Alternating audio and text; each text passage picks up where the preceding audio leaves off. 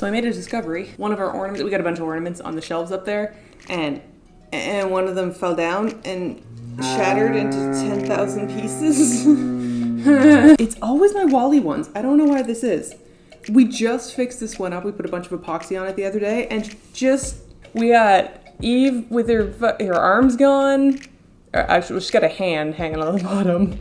And then Wally's his head straight up came off. My poor boy!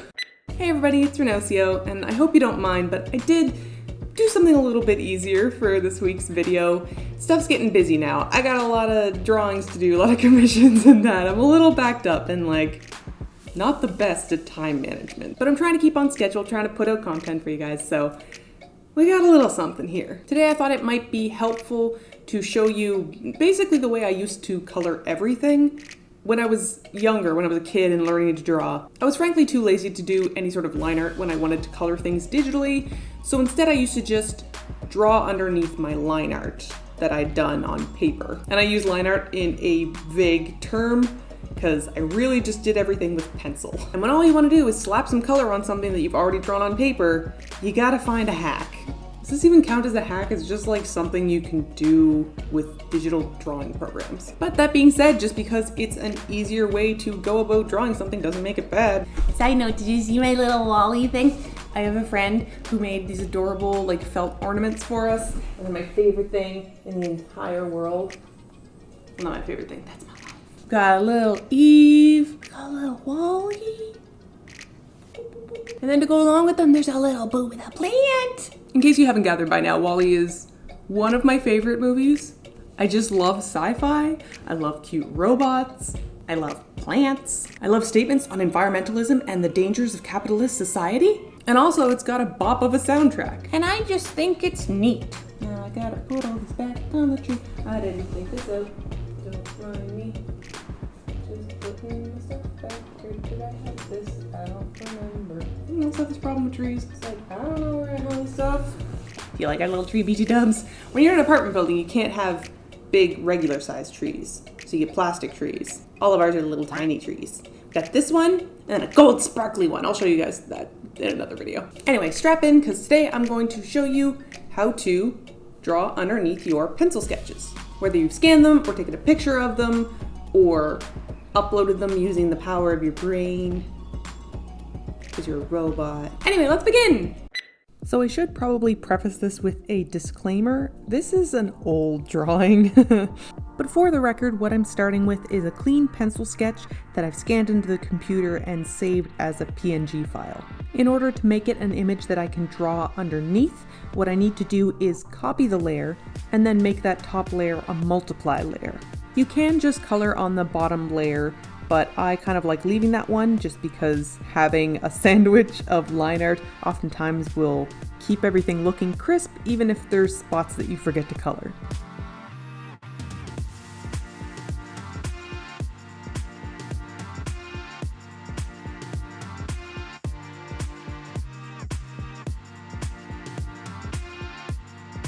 This drawing I did was actually a set of 4 or 1 and 3 shit posts that I wanted to bring a little more life to with some digital coloring. It's a pencil sketch of Jak and Daxter from the video game series of the same name that I drew, I think, in 2015, 16? I thought they were cute, but I wasn't so attached to these drawings that I was like, oh, I gotta do some real good line art and stuff. I figured at this point, because they were older as well, that just doing this more relaxed sort of coloring was gonna be just fine.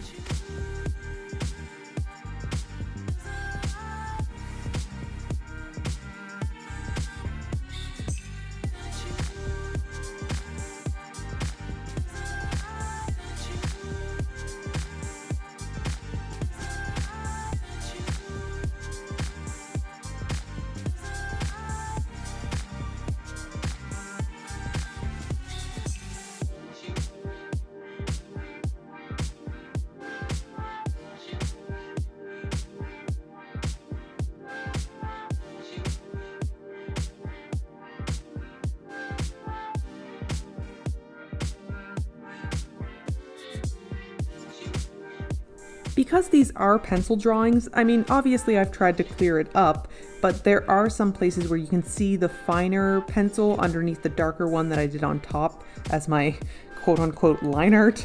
Because there's usually imperfections like this, or, you know, dust on the scanner that then gets on your image once it's scanned in. Usually before I actually start my coloring, and even before I multiply the layer to make my line art base, I'll do a couple of editing things. Most commonly, I'll mess with the contrast, the brightness, and the hue of an image right off the bat. If you're planning on having just black line art, then taking all the hue out of it, like all the saturation sort of thing, and then bumping up the brightness a little bit to deal with any discoloration on the screen, and then the contrast to make sure everything stays sharp, is kind of the way to go. Once the colors of the image are looking good, then I'll usually go in with either an eraser tool or a pen tool and pick up the color of the background. Usually it's a white, but sometimes it can be a little bit off-white, so I always check. And then I'll go through and I'll clean up. My handwriting always needs cleaning up, but also any sort of lines, any sort of overlap, things that I goofed up when I was doing it by hand, because I draw teeny tiny too, so if I can clean up my own work, then I'll have a better line art digitally to build everything off of.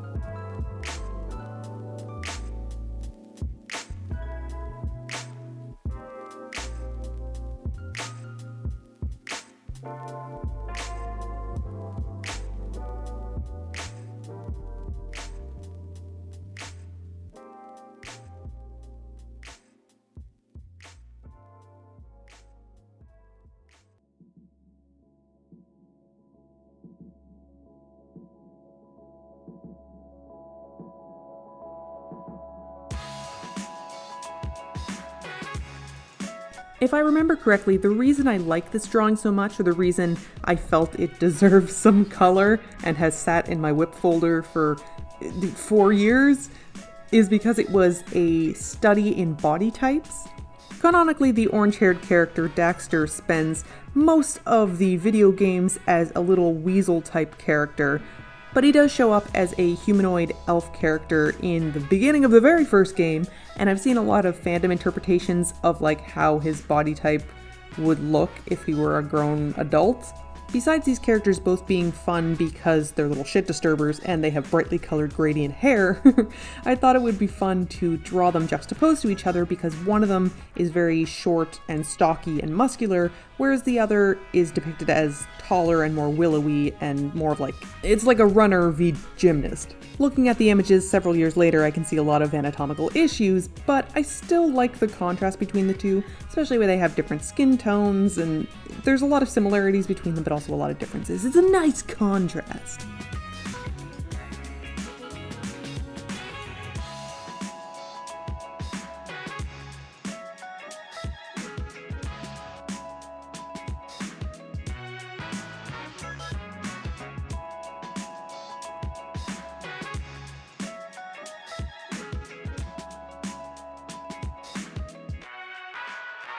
I will admit I started coloring the first chunk of this ages ago, which is why there's a lot of this airbrush shading going on. I've since moved away from that, generally speaking, but it had already happened. I wasn't going to undo some stuff, so instead I just kind of rolled with it.